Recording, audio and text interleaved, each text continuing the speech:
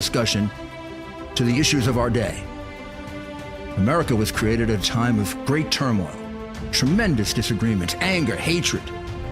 There was a book written in 1776 that guided much of the discipline of thinking that brought to us the discovery of our freedoms, of our God-given freedoms. It was Thomas Paine's Common Sense, written in 1776, one of the first American bestsellers, in which Thomas Paine explained, by rational principles, the reason why these small colonies felt the necessity to separate from the Kingdom of Great Britain and the King of England. He explained their inherent desire for liberty, for freedom, freedom of religion, freedom of speech, the ability to select the people who govern them. And he explained it in ways that were understandable to all the people, not just the elite. Because the desire for freedom is universal. The desire for freedom adheres in the human mind, and it is part of the human soul. This is exactly the time we should consult our history. Look at what we've done in the past and see if we can't use it to help us now. We understand that our founders created the greatest country in the history of the world, the greatest democracy, the freest country, a country that has taken more people out of poverty than any country ever. All of us are so fortunate to be Americans. But a great deal of the reason for America's constant ability to self-improve is because we're able to reason, we're able to talk, we're able to analyze. We are able to apply our God-given common sense. So let's do it.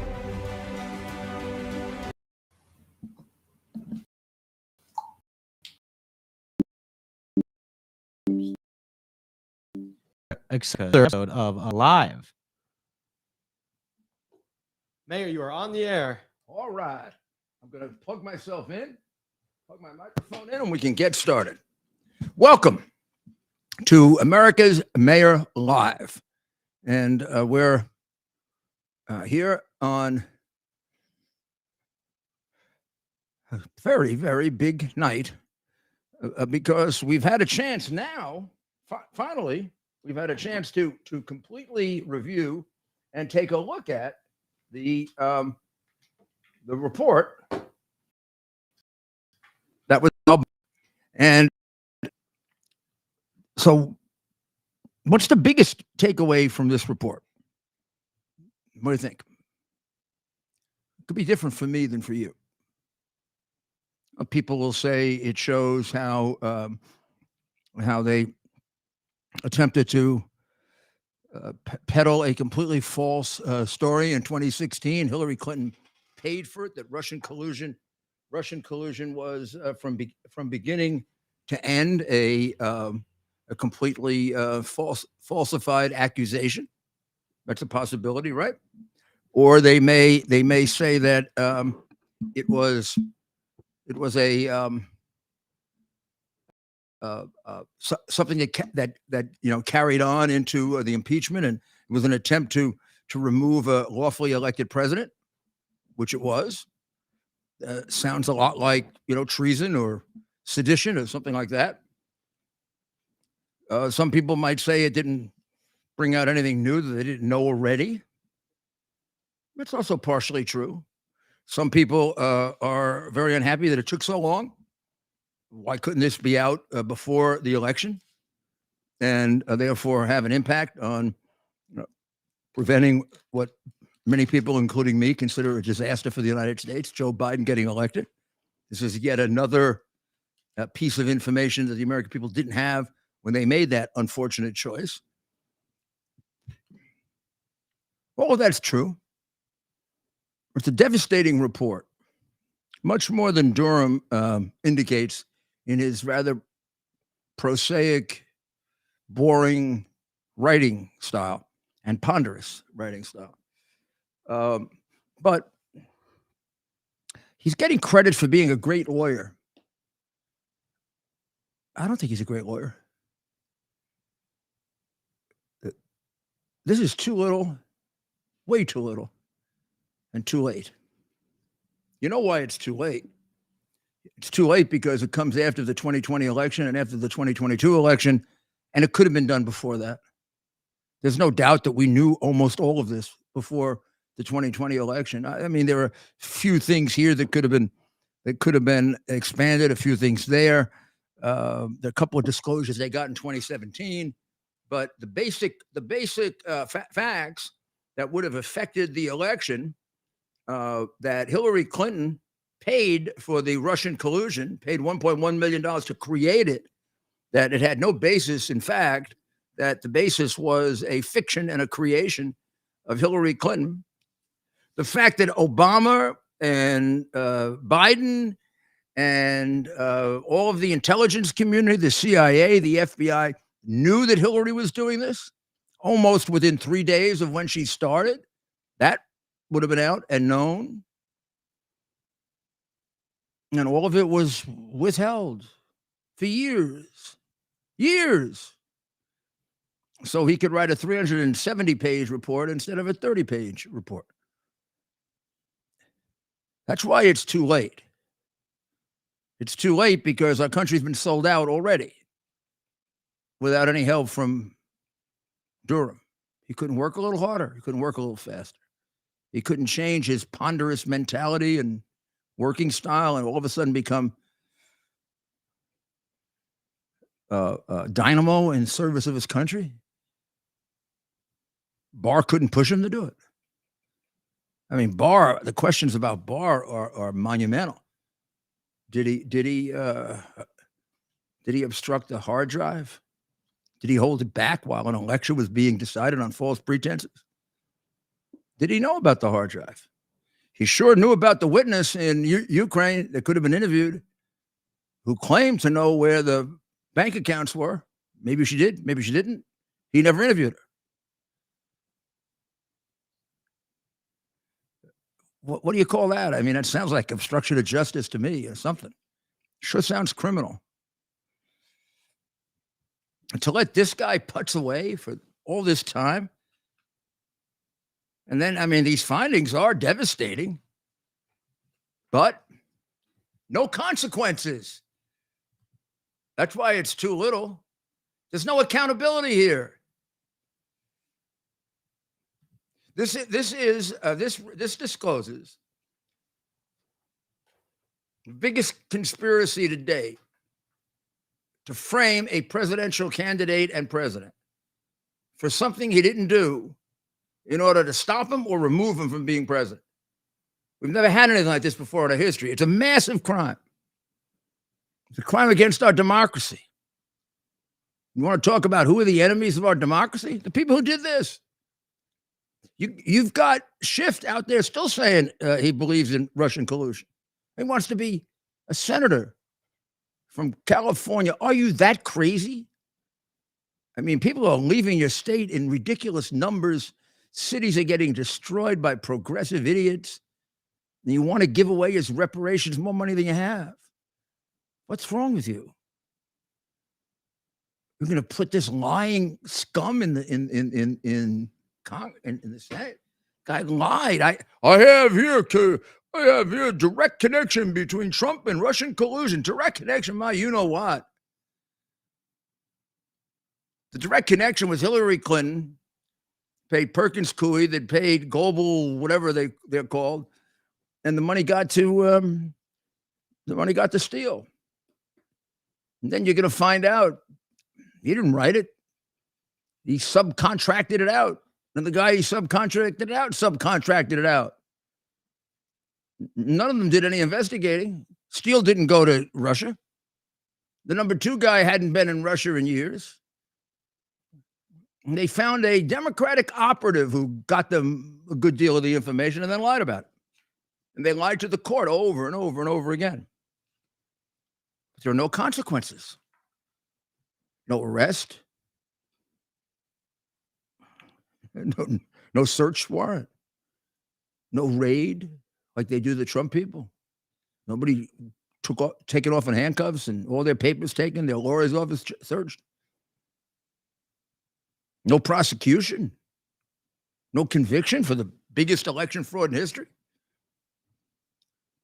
2 really You can see it led to the second one. Now, forget that part of it. The New York Times, wrote this as if it were true. They were part of the conspiracy. The reporters were part of the conspiracy. They had this information before anybody else did. Because the FBI gave it, was feeding it to them, and then using it with the court, feeding it to them, using it with the court. It's a totally false story. Maliciously false. They won a Pulitzer Prize for it. So did the Washington Post. What the hell's wrong with Pulitzer? They didn't take it back? I don't know. If a guy cheated in a fight, they take the trophy back, right? If you tell a massively false story of monumental proportions, which is what this was, you continue to keep your Pulitzer Prize. What's the Pulitzer Prize worth? Nothing. You can get it for dishonest journalism. They got it also for the hard drive. They're going to continue to make up stories. They'll continue to get Pulitzer Prizes. So, no arrest, no search warrant, no promotion, no penalty, no conviction, not even an apology. And some of them are still going on saying there was Russian collusion. They want to be senators, leaders of their party.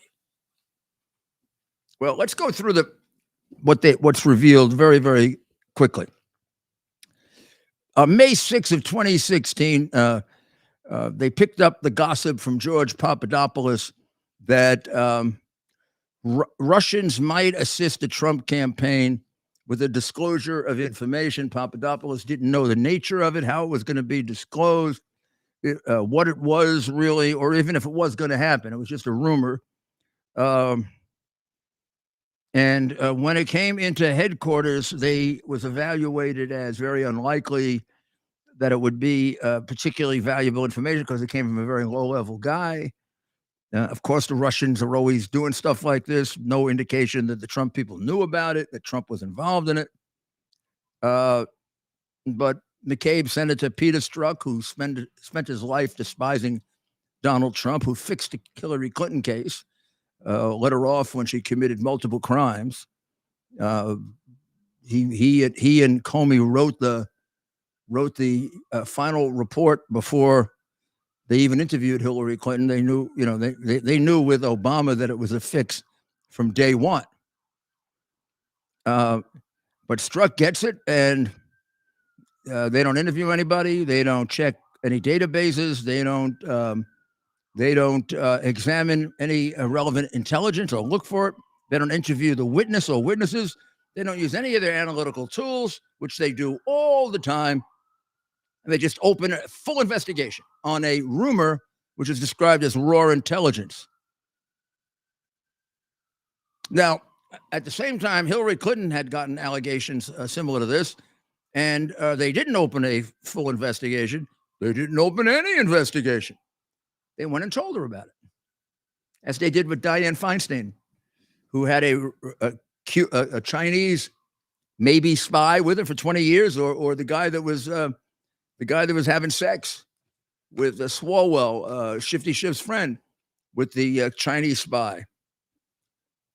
They went and told him. They didn't go tell Trump. They tried to trap him.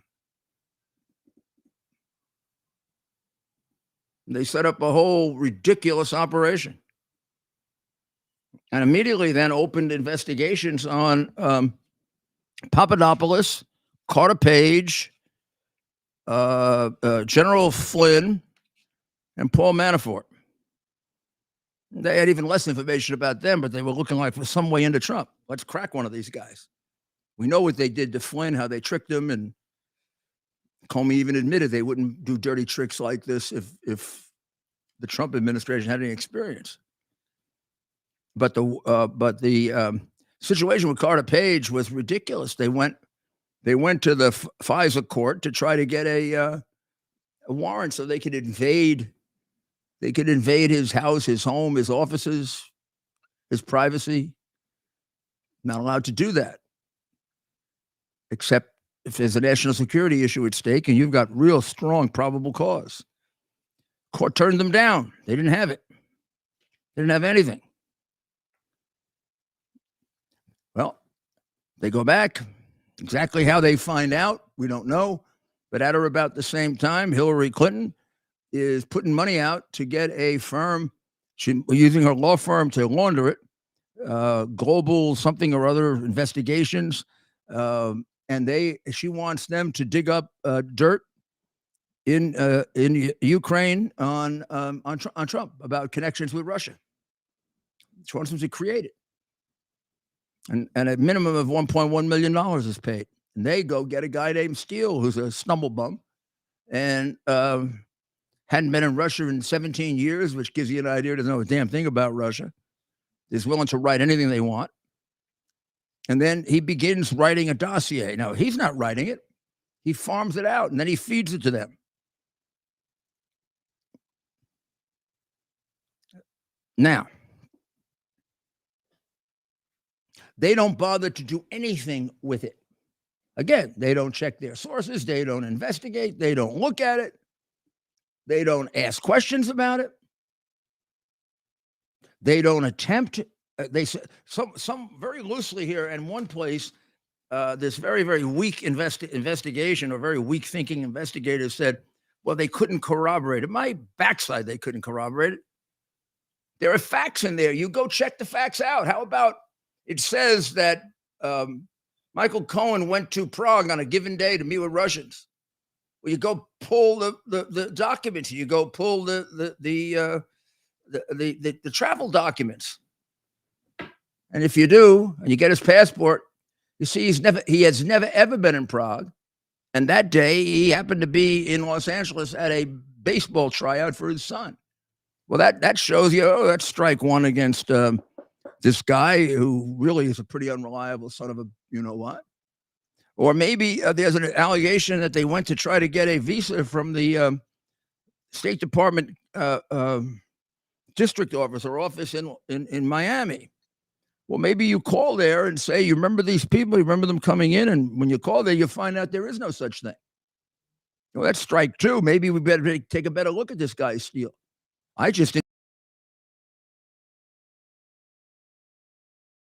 they don't do. Oh, and it contains incredible allegations on their face. Trump pissed in the bed that Obama was in. You don't look at that and say, gee, there's something a little wrong with that. You don't ask where it came from, what the sources are. You just take it from Steele.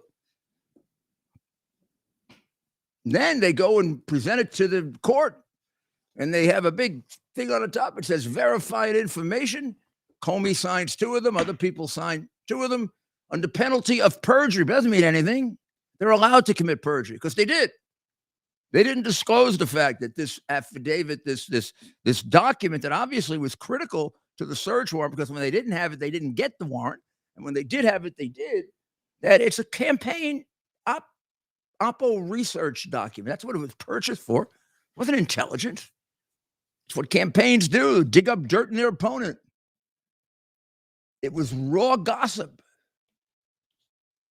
And they deliberately did nothing to check it out. They could have checked it out like I just described in many different ways. They deliberately didn't, because they didn't want to find out that it wasn't true, because they wanted to frame him. And they went ahead and they got the affidavit under false pretenses. And then as it fell apart more and more, they continued to lie. They found out rather quickly that Steele wasn't the source. Apparently, this guy Danchenko was. Danchenko was a Russian who had been under investigation for being a spy back in 2012 and 2013. Had been paid a lot of money. They never had resolved that. And Steele reveals that my subsource was Danchenko. And they had put in the original affidavit that the subsource was in Russia. Turns out Danchenko hasn't been to Russia in a long time. Steele hasn't been to Russia in 17 years. They never went back and changed that. 3 subsequent affidavits lied, made it appear as if the source was in Russia. Wasn't. Lie. Then it turns out that Danchenko maybe isn't the source for a lot of it anyway. whole situation with the urinating on the bed. The FBI concluded Dolan was the source of that. Who's Dolan? Dolan is an operative of the Democratic National Committee and the Democratic Party. He's done a lot of work for them, and also for Peskov, who is the head of public relations for Putin, very close to Putin. Nice, huh? Democratic Party Putin. Trump is close to Putin. Nice, like that. Turns out that Dolan is the source of that information about peeing on the bed, which, by the way, has no corroboration. It just comes from a couple of chambermaids, or it really just comes from Dolan to Danchenko, to Steele, to the court, without any allegation that this is like 4-level hearsay, which is incredible and stupid on its face. And there's a lot of that there, a lot. And Dolan admits, after lying about it the first time, that he was the source for some of the critical information, not Danchenko. And when Danchenko is questioned, he lies and says he was the source, and Dolan never was. None of this is ever resolved at the points that they can do it. None of it's ever brought to the court. And then we get to the final conclusion. We get to the final conclusion of this very, very tough report by a really tough prosecutor.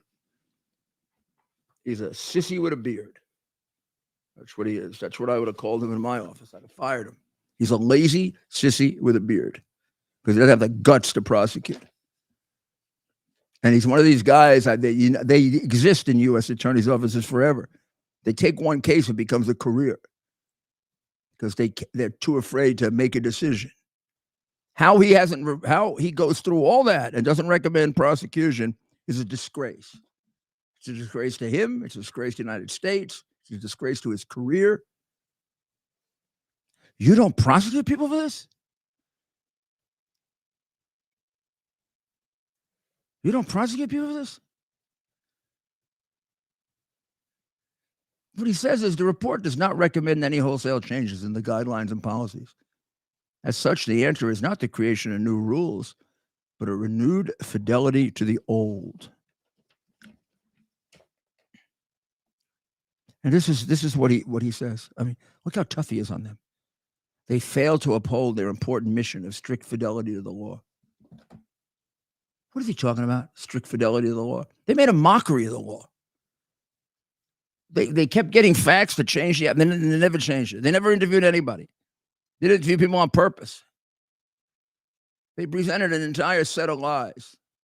And then they kept from the court the fact that this thing was being guided by Obama. What did he find? What did Lazy Bones find here? What he found was that in late July and August of 2016, Brennan, the corrupt, lying head of the CIA, one of the leaders of the pack of 51 liars, briefs Obama, Biden, Attorney General, head of FBI, and a couple of other people. And he tells them they have just discovered that Hillary Clinton is concocting a plan to present evidence or create evidence that Donald Trump is in some kind of a conspiracy with Putin, and that she's doing it in order to get pressure off the terrible publicity she's getting for the destruction of the emails and her own criminality. Obama and Biden and all just sit there and approve it. That sounds good to them. I mean, they're just as crooked. You know that. Guy from Chicago, the other guy that's been selling out since he was a kid. Obama getting people to pay for his house. And any president who let this go on is corrupt. I mean, you hear that she's developing Oppo research. She's developing it. She's creating it. She's paying for it. Did they know how much? Yeah, they probably did. $1 million or more to frame Trump. That's okay. It's Trump. Frame him. They learn about that within 2 days of her starting off doing it. They learn about that just a few days before Steele gets it in and gets it out to the press. And they all sit there and bow their heads. That's fine.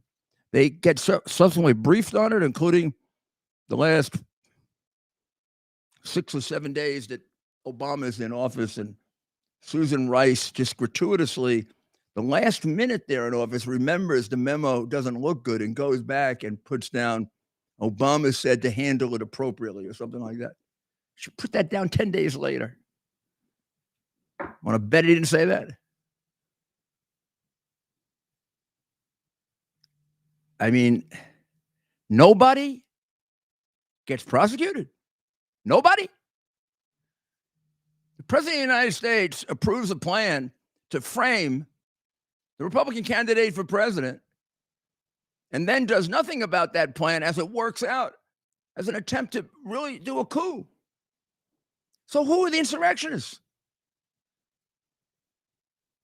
They want to take him out of office based on created, paid for, false information that is known to the President of the United States. Known when it started, known when it continued, known to this day. And he said nothing and did nothing about it, which says it was tacit approval. Same thing for the half-wit sitting in the White House right now. I don't know if he was as much of a half-wit then. He may have known what he was doing. Don't bet on it, but.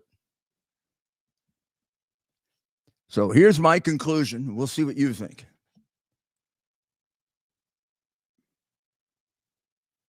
This is just going to continue if they act like this, as if this is nothing. There's no accountability of any kind for this. No accountability leads to doing it again. And by the way, you don't have to speculate because they did do it again.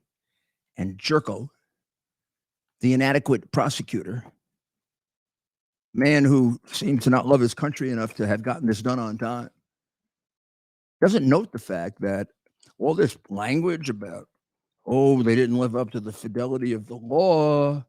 They were cavalier. They had a cavalier attitude. What the hell do you think it was, like the 17th century? A cavalier attitude? Or this report does not recommend any wholesale changes in the guidelines and policies. Well, yeah. How are you going to stop it? No changes in the guideline. Nobody prosecuted. You think it's going to happen again? Don't need to speculate. It happened again. What the hell was the suppression of the hard drive? But the same thing by the same FBI. The same obstruction of an election by the same FBI. They weren't going to they were going to try not to let Trump get elected under any purposes, under any circumstances. And when it failed, they just carried it forward like Strzok said. We got insurance. Insurance is they break any law, make up any lie, do anything they had to do to keep him out of office. Covering up the hard drive was easy for them.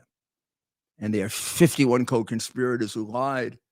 And the president of the United States, who surely knew about it, just like he approved the Hillary thing. I'm talking about the former president, Obama. So it's already happened. The lack of deterrence has already led to a repetition of it. And there's nothing that says it won't happen again. Nothing. Nobody's been punished for it. Okay. That's Durham, and it's a disgrace. And I don't know what to do. I mean, I don't know what to do about this. The only way you are going to stop this and put an end to it is you put these people in jail, and then other people won't do it. It is an extraordinary serious offense to frame anyone. It's beyond serious. It's treason to do it to the president of the United States. And I don't know who the hell wants to be an accessory to treason, Durham. Well, Mayor, both Nobody prosecuted? Nobody? I mean, you had 2 cases and you lost them. That's you're betting 0. All these years, all this money for something that could have been done in 3 months by a halfway competent prosecutor, and come to the conclusion there are no prosecutions. When they did this, these aren't violations of the law. How about the perjury? Perjury stinks. It's all over that. It's all over the FISA thing. What about the FISA court not getting upset? What the hell is wrong with you? You get used like this because it's Trump, it's okay? Just like it was okay not to hear witnesses during the election thing? Yes, Ted.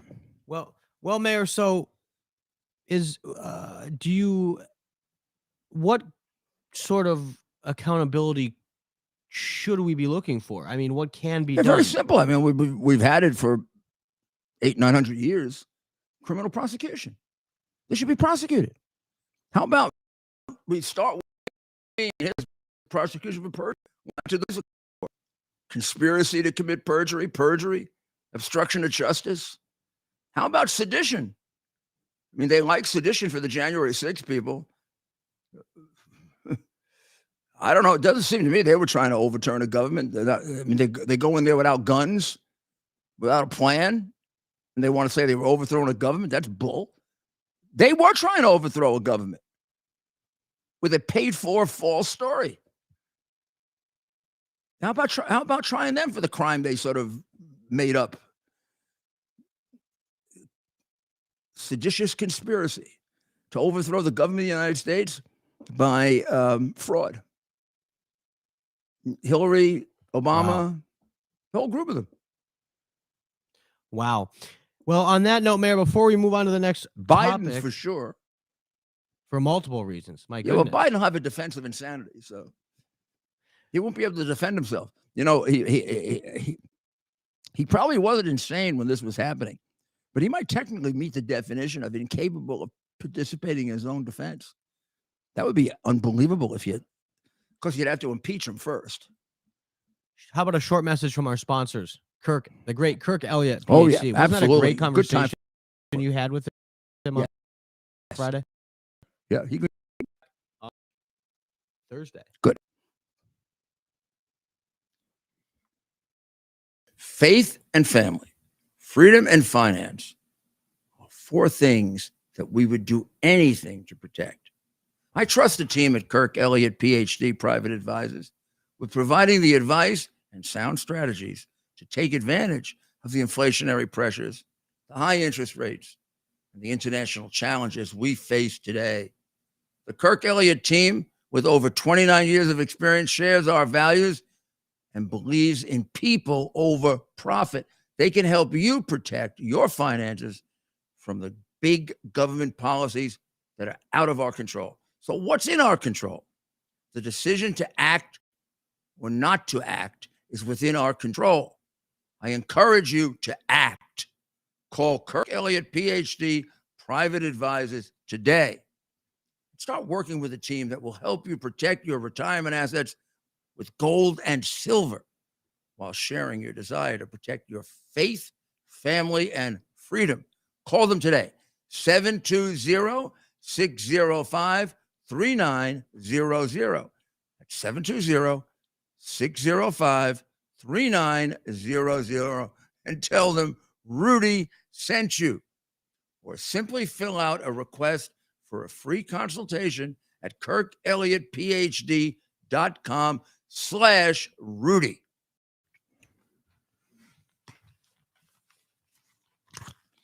And we're back. Welcome back. Well, Mayor, of course, a very busy evening. We're going to take a call real soon here. You want me to point out a couple of little things here? Yeah, why don't you? Migrants come in. So is this New York? Yeah, in New York. This is New York. This is not New York City. This is New York, a little north of New York. Oh, but these are people dumped there by Mayor Adams. They threw homeless people out, including this couple with a baby, so that the illegals could have a nice place to stay. They threw they threw kids out of a gym in a school so migrants could stay there. They are taking over a quality hotel called the Roosevelt in the middle of Manhattan. They can put 850 of these migrants there. One of the hotels they're in, they've really trashed it and had several big, massive fights with people injured going to the hospital. Look, everybody says we have to have a humane reaction to them, and we do. Of course, they're people, but they are more than previous migrants, people who are criminals, because they've been selected by criminals, unlike the migrants that came in the past, even the illegals. These people have been approved by the various cartels. There was a description on television and a picture of a. No, actually, I think a reporter for the Post picked this up. How the cartels, watching the cartels direct them right to the border, get the kids in, use the kids as a protection. How the cartels try to figure out how to be gotaways. In other words, while the whole group of people coming in one place, they come in another, so they're never caught, and they end up in our country without our knowing it. Plus, nobody's getting vetted. Name again? So when they put them next door, or they stick them in Tuckahoe, or they put them in the Roosevelt, we had they nobody knows. And then we find out because a lot of garbage, a lot of stuff is going on. It was true that people that came in this way didn't create crime, even to the extent that the Americans did. It's a different group. It's a different group of immigrants. They're coming in without any scrutiny. No country in the world would allow that. You can't be a country very long if you continue to allow it. Now they set up a set of rules. You think they're going to follow them? Of course not. They've been promising for years that people can just come in, that we should be open borders, an open country in one world. That's what their chief bribe giver, Soros, wants. That's why he's ruining all these DA's offices, so that we'll be a chaotic country and we'll break down America and we'll hate our country. I mean, he's all behind the burning the flag and kneeling when the flag is called. He has written books on how American nationalism is very, very dangerous. Wants us to stop being American, stop being English, but one world. But you know who's going to take over that world? The country with the biggest navy in the world. Well, Mayor, how about we take our first call for the evening?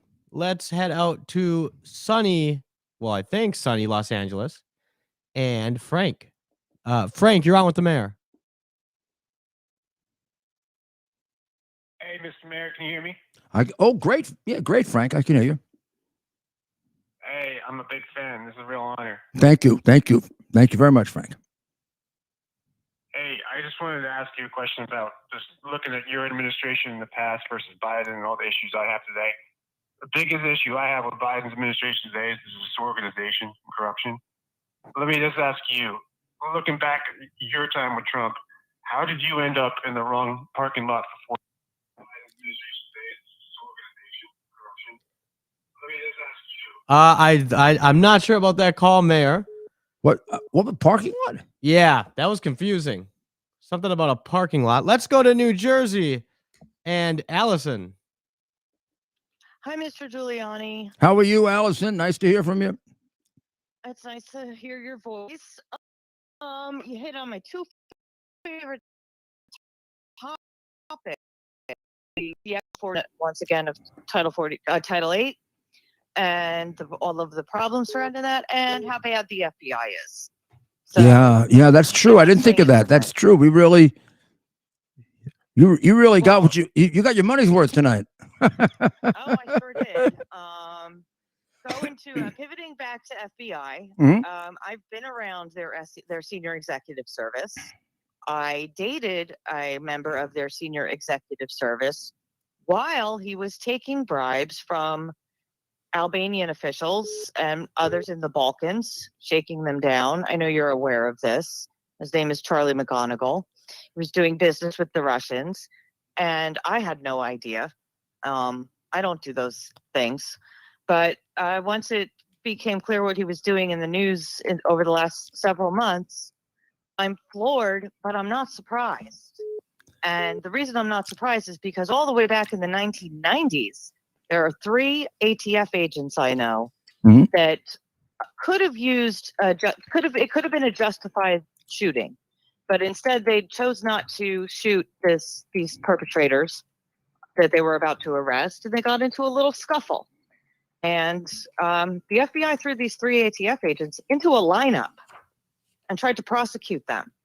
And the U.S. Attorney's Office declined to prosecute eventually, but they've always been like this. They were like this during Waco. They were like this during Ruby Ridge. If they had just backed off and let other, the people on the ground make the decisions, that would have helped. As far as FBI today and my personal experiences, I've been personally betrayed by the current and most recent former assistant directors in New York.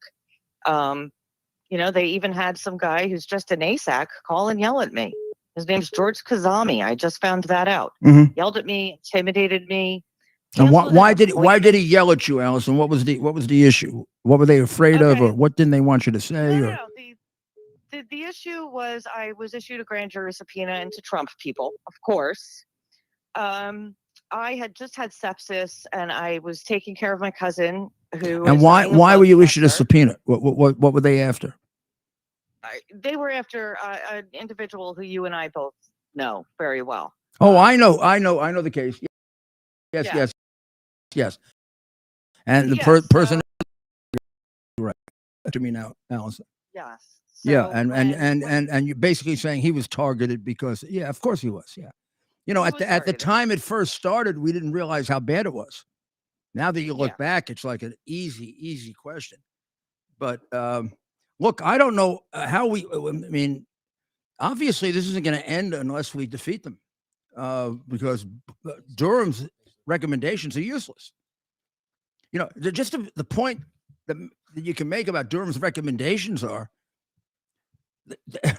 they didn't stop the cover up of the hard drive. They're still doing the same thing. Or how about the other day? They refused the congressional subpoena. They have a subpoena for a report, and the report allegedly says that Joe Biden was given money by a foreign operative for policy changes. And then they have a specific document, a number. They asked for it, and the FBI refuses to turn it over. I mean, it hasn't changed one whit. And there's no reason not to believe they're not going to do the same thing in the next election. Why? They didn't get prosecuted for the first one. They didn't get prosecuted for the second one. They didn't even get scolded. Isn't that right, Mayor? They didn't even get scolded. I mean, my goodness, a teacher would have done more than this. I mean, what the hell is wrong with this guy? It's almost useless to put it out now. It's like Barr. It's like impossible to figure Barr out, why he would withhold the hard drive. Or did he not know about it? Was he that lazy that he didn't know what was going on in his own department, in his own agency? They had a hard drive with multiple crimes by Joe Biden, and nobody tells him. And he leaves a woman stranded in Ukraine who alleges that she can open the whole thing up by showing you where the foreign bank accounts are. And he doesn't rush over there. Come on, something's going on here. And look at what he writes. I mean, here's the conclusion of all of this, of all that I described to you, and many, many more crimes in this report. They failed to uphold their important mission of strict fidelity to the law. What? They trashed the law. They stepped all over it. They tore it up. They burned it. We don't have any law anymore. We've got a regime and a state police, and they come in they come in dressed like stormtroopers if it's a Republican and close to Trump, and they don't even bother to look if it's Hunter Biden. or Joe Biden or Hillary Clinton, when the president of the United States is briefed that Hillary is going to concoct a scheme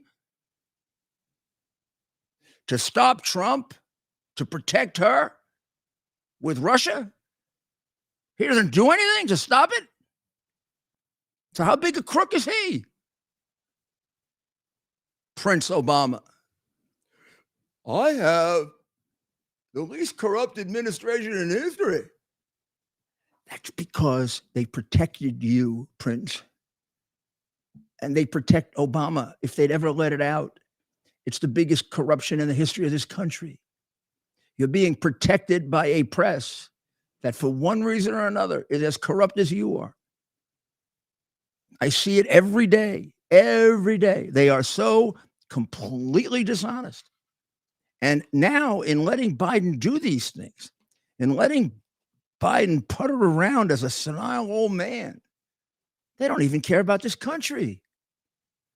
They don't care that this country is guided by a man who doesn't know where he is most of the time. They don't care that this country is guided by a man whose son has said, I've been taking care of the expenses of this family for 30 years, and I have to give my father half my income. I don't know. You need more than that to figure out what this is all about. Not Barr, not the head of the FBI. These people are very well educated. They're really smart. This Hunter guy who's afflicted with drug addiction, probably because of his father. It got worse because of what his father put him in. But he's making millions from crooked people, dishonest people. I mean, in China, there were Chinese communists. The Chinese communists have killed 80 million people. You think they wanted Hunter Biden? They're just paying him, what, so he can buy more crack cocaine?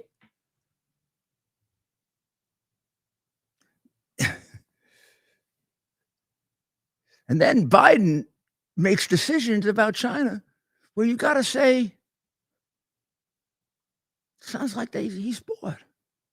Gives up the air base 400 miles from China for no reason. Doesn't really give a damn about where COVID comes from. I mean, they could do that one all over again. Doesn't give a damn about fentanyl, and China's making a fortune on fentanyl. It won't even put people on the border to stop people from coming in, searching them for fentanyl. More people have died of fentanyl in since he started than any president in history, Trump or anyone. He's not just worse than Trump. He's worse than anybody. Okay. What do we got, Ted? Well, Mayor, we're gonna take another call here in a minute. Anybody interested in the Preakness? And tell us when is that this weekend? And the reason it's interesting is the horse that won the Kentucky Derby is running in the Preakness, Madge, and running against a group of horses. I had it here somewhere. Running against a group of horses that did not run in the Kentucky Derby. So here's the issue. Is Madge helped by the fact that he ran 2 weeks ago? Or are they helped by the fact they got more rest? What do comment below if you're into the horse or equestrian business. So industry. I'll give you my I used to do this. Well, you kind of have experience. Yeah, I used to do. I get my chart out sometimes. I haven't done it for a year. I ran a coal company in Kentucky. I know that sounds ridiculous, but I did. That is one of the more. Hi there. That is one of the more interesting facts about you. Yeah, one of them. One of many.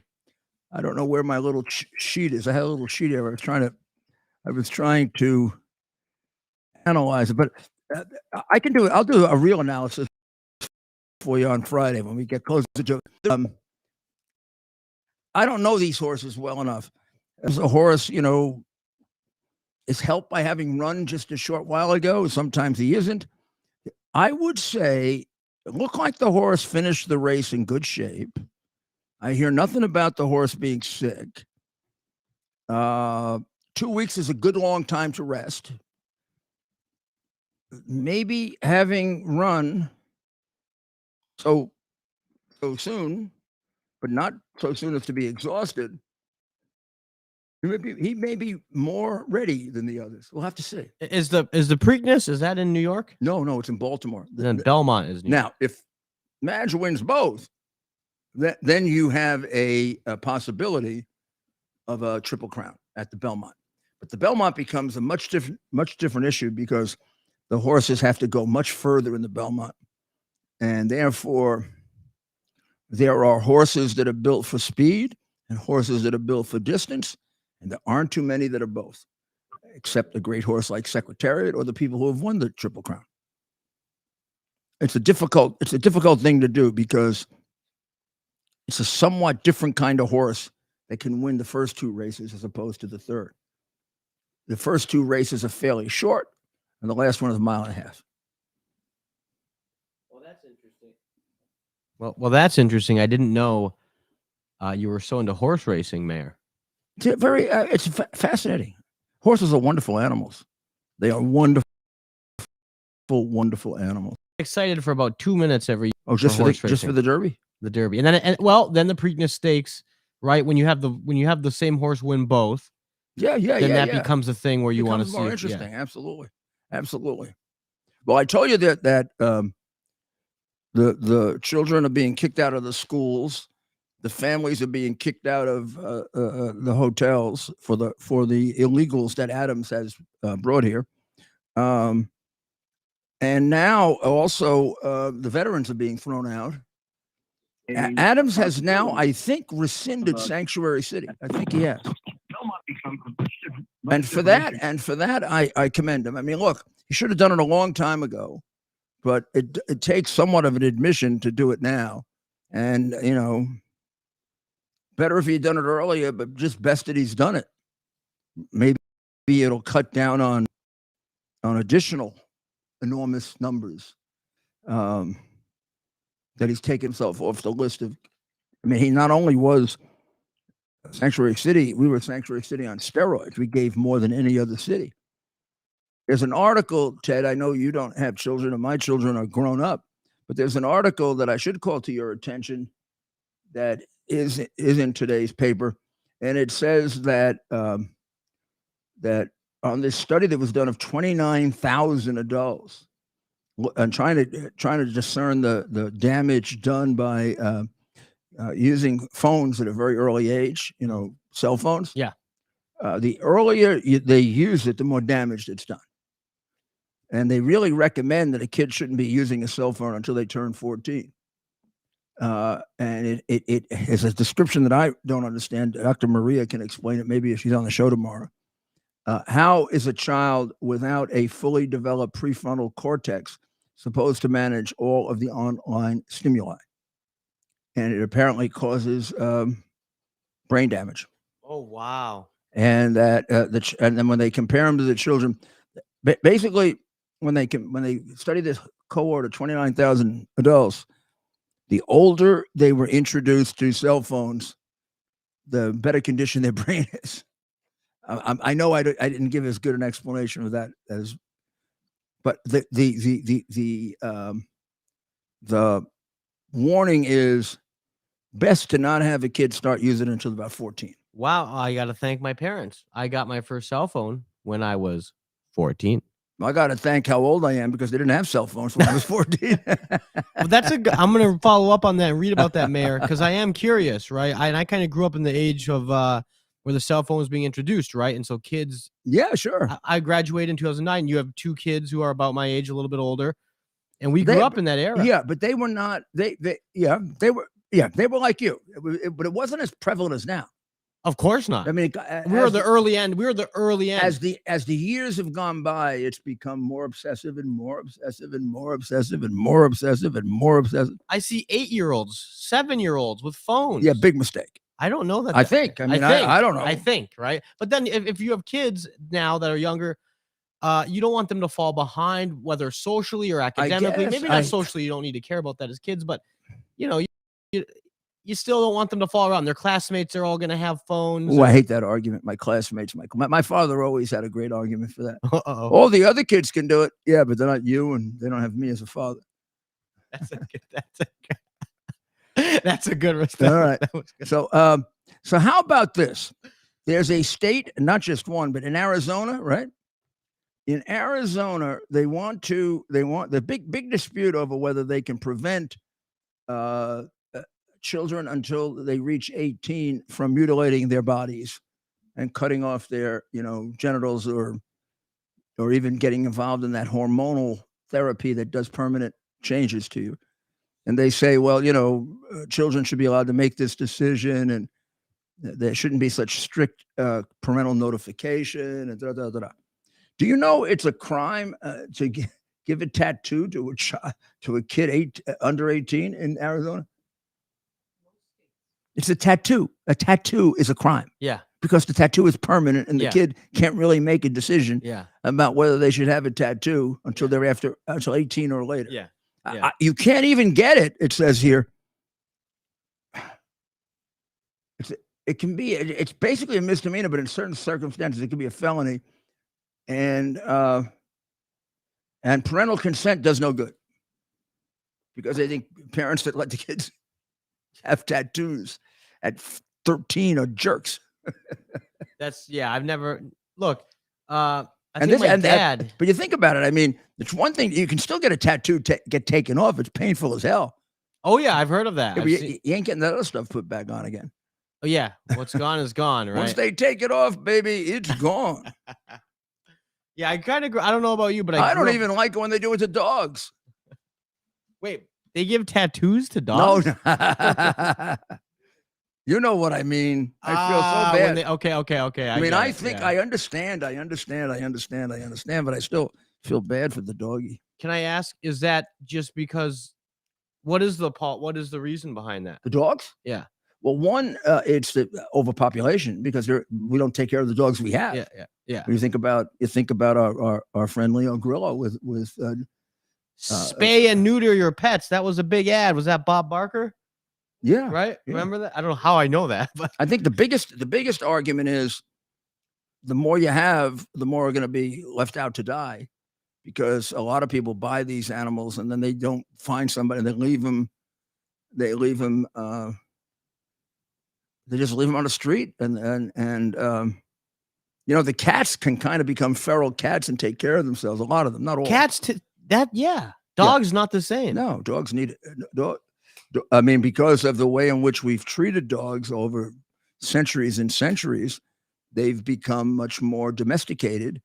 And of course, we don't live in places where they can easily form packs and go hunting. And I guess if you lived in a rural area and your dog could hang out with the wild dogs, it'd be one thing. But although there are wild dogs, but they have a hard time. Yeah. I'm not sure cats don't have a hard time. They're just able to handle it. Yeah, that's interesting. So, Mayor, we have a call, a friend of ours from the other side of the world. Our friend Joel okay. From Israel. We All want right. to give Joel the chance to speak with the mayor. Joel, are you there? Hello, Joel. Hello, Mr. Mayor. How are you? Okay. Yeah, everything's good. Well, not really. Good. But we're working on it. We are working on it. The ship has turned about. And, well, first I want to say, in terms of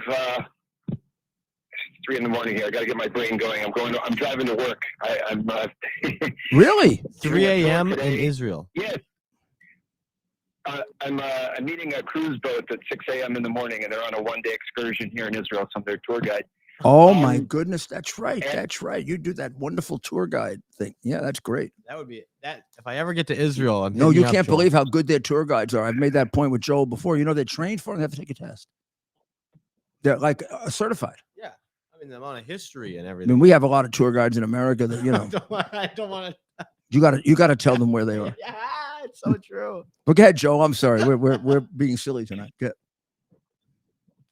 No, I know. Well, in terms of being silly, to all the youngins out there that may be listening, it takes a while to integrate all the anatomical parts that God gave us, but as you get older, you get used to it, and you should hang on to them. I like that. I like the way you did that, Joel. That was a nice explanation. Very practical. Very good. At least hang on to them until you're old enough to know how to make a decision, right? Exactly, and we should just be grateful to be the way God made us. That's a great point. I myself have a very big beard, and that took a while to get used to, but we all get used to how God made us. We're all made in the divine image, and B'Tselem Elohim. Mr. Mayor, I did an amicus brief in the Sussman case, as well as this amicus brief I tried to do in Hunter Biden's Arkansas case. So I posted it there in the chat line. I think if your staff can grab a hold of that as a scribed document, it'd be some very deep insights in there about the Ninth Commandment and how damaging it can be in a false accusation. So in terms of Talmudic history, there's a story that the entire Second Temple was destroyed because of false accusations. Really? It's a story that's recorded. Yeah. It's a story that's recorded to be well known among Bible students and even some of the priests that come over here to, in their year in Israel, they learn this story. It's called the story of Kamsa and Bar Kamsa, meaning Kamsa and the son of Kamsa. And it all has to do with false stories and false accusations and how it led to rage and polarization. Oh, and my, yeah. The Jews basically could have gotten along with the Romans, but this guy went out, he was taking revenge. And so it's amazing, this archetype, it's just been repeated in American culture. Anyway, I put it in the Sussman document, hoping that I could get the judge to think about what was going on there, because Sussman got acquitted and it seemed like the judge was biased. And it's interesting, this Talmudic story also deals with bias among the judges, and that, of course, is forbidden. A judge is supposed to be unbiased. In any case, one last comment. You could check that out and maybe integrate it into the shows. Good. But the real crimes that the FBI ignored, they devoted all these resources to, there were crimes right staring them in the face. Just yesterday, Senator Grassley said that these people that were harmed by the FBI and the DOJ, even though it's very difficult to sue the government, should try to find a good lawyer. To myself, I'm looking for a good lawyer to prosecute the $100 billion China hustle that we've talked about before. This is an ongoing stock fraud that's defrauded Americans going back to the beginning of the Obama-Biden administration, 2008. And they haven't done anything about that to stop it. And so this has directly enriched Chinese CEOs connected to the CCP. They had plenty of resources to put Sam Bankman-Fried, in cuffs, but the China hustle is 10 times bigger than that. Right. Well, I'll take a look at it, and we'll talk in the next day or two, okay? And you have a good day at work, okay. All right? Entertain and educate those people. It's a great. Oh, wow. Bethlehem, huh? Jesus' hometown. Where he grew up as a little boy, son of a carpenter. Amazing, huh? Quite the story. So he's driving at 3 a.m. to go meet with some, I guess, tourists. The tour guides in Israel are all pretty close to historians. I mean, they have remarkable knowledge and. We had one, last time I was there for a tour, for that kind of thing, we had one for the entire trip.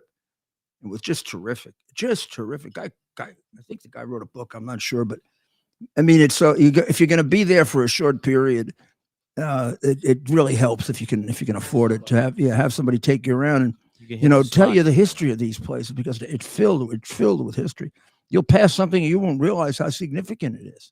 Yeah, and just being an American, and you've got the history of three religions, and you've got the history of really Western civilization, and thousands of years of history.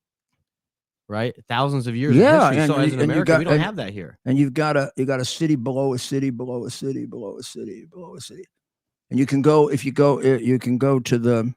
They've really excavated beautifully, and you can go way, way down. And Say that again. Below a city. Below. You're saying. So I mean, Jerusalem's been built over many, many times. Built over. Built over. So the city of 2,000 years ago is not there anymore. It's below the ground, like Rome, but except much longer period.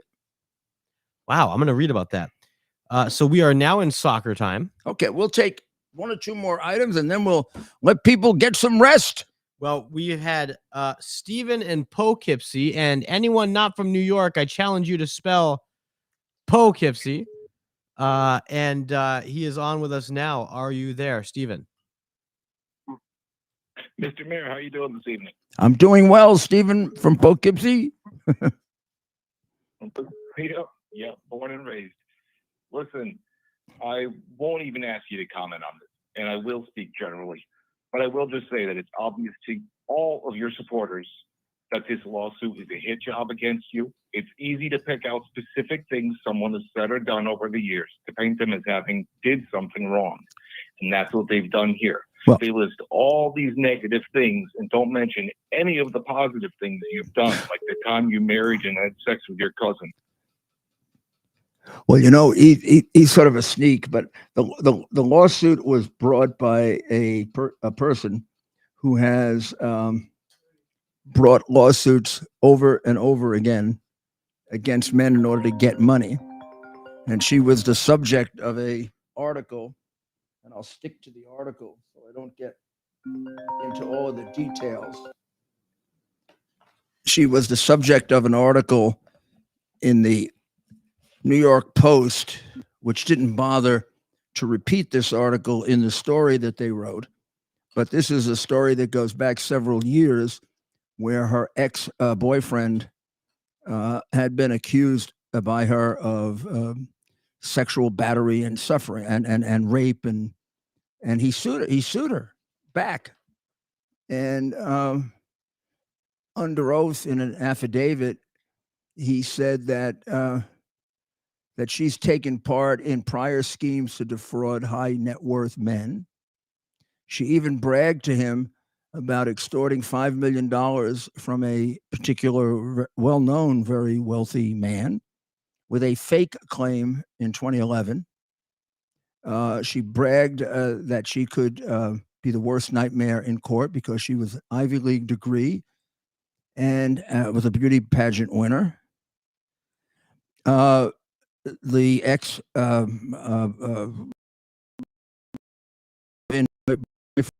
said that she was an escort who continued to see other men, unbeknownst to him, after the couple moved into a multi-million-dollar Greenwich loft. And then he said their relationship soured as he became suspicious of an unregistered charity she claimed to have founded. And he claimed to believe she was pocketing donations for the Bright Lights Foundation for Children with Cancer. When he confronted her about it, she assaulted him and his daughter.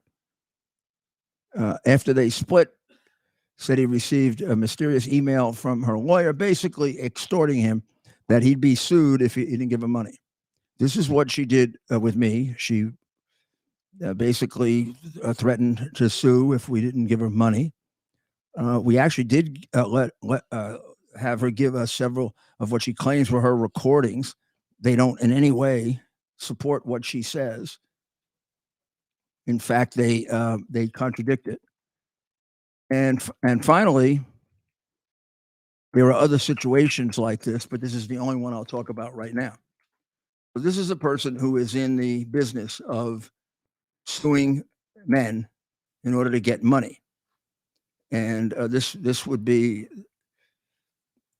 and also in this case, when she was examined by the psychiatrist, there's an affidavit here from her saying that the psychiatrist sexually assaulted her.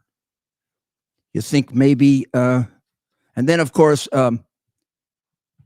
she uses it as a vehicle to make allegations about Donald Trump, me, and I wonder who's paying for this. We'll have to find out.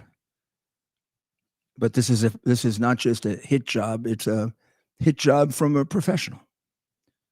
And hopefully it'll be seen that way. I don't know how many times you get to cry wolf and get away with it. Courts can't be that stupid, right? I mean, they can. Can they? I mean, the doctor, I won't give the doctor's name, but she claims that when she was being examined, I don't know exactly why she was examined by a psychiatrist in this case. I think she went off the deep end and at some point at a deposition or in court or something. But she says during the second section, Dr. X laid his hands upon me. He moved uncomfortably close to me. He put his hands on my body. He put his hands on my face and touched my face. He even got close enough and low enough on me to touch my feet. I screamed loudly. I screamed until someone came to help. Don't think there was any corroboration for that. Nor in the cases of the 2 rapes that we know about did she ever file a report in either case. The one she got $1 million for, or the one she got nothing for. Well, she got $10,000, which she was complaining about on a settlement, and then wanted to reopen it.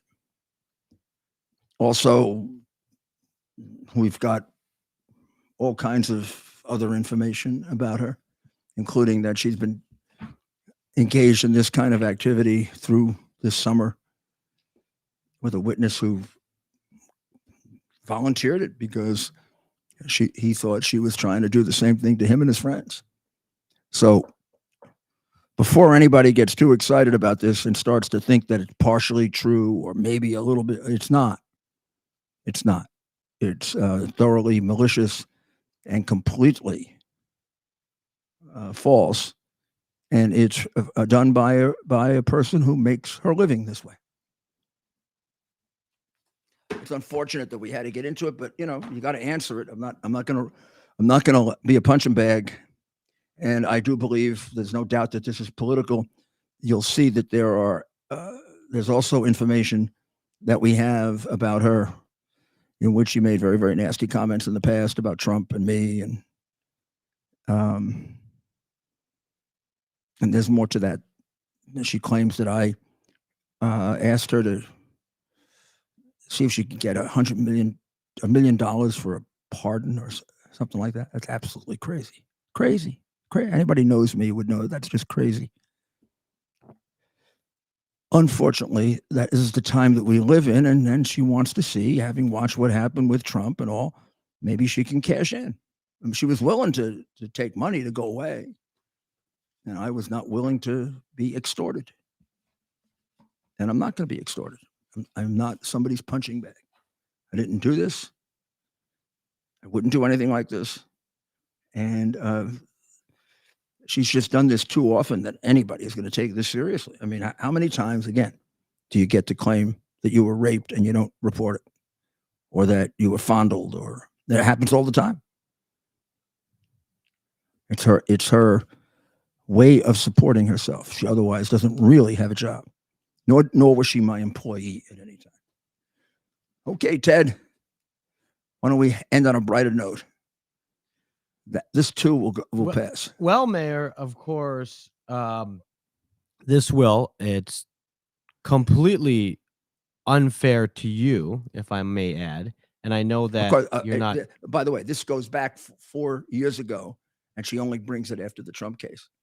Exactly. And I found it interesting that it dropped the same day as the Durham report. Yeah. Kind of like, it's a different subject, but the George Santos federal charges came down the same day that Comer had his press conference. And something about Trump. If you look at the original, they timed this stuff out. If you look at the original extortionate complaint, which was done by her, and then this one that was done by lawyers that had to be paid, somebody came in and gave her some money.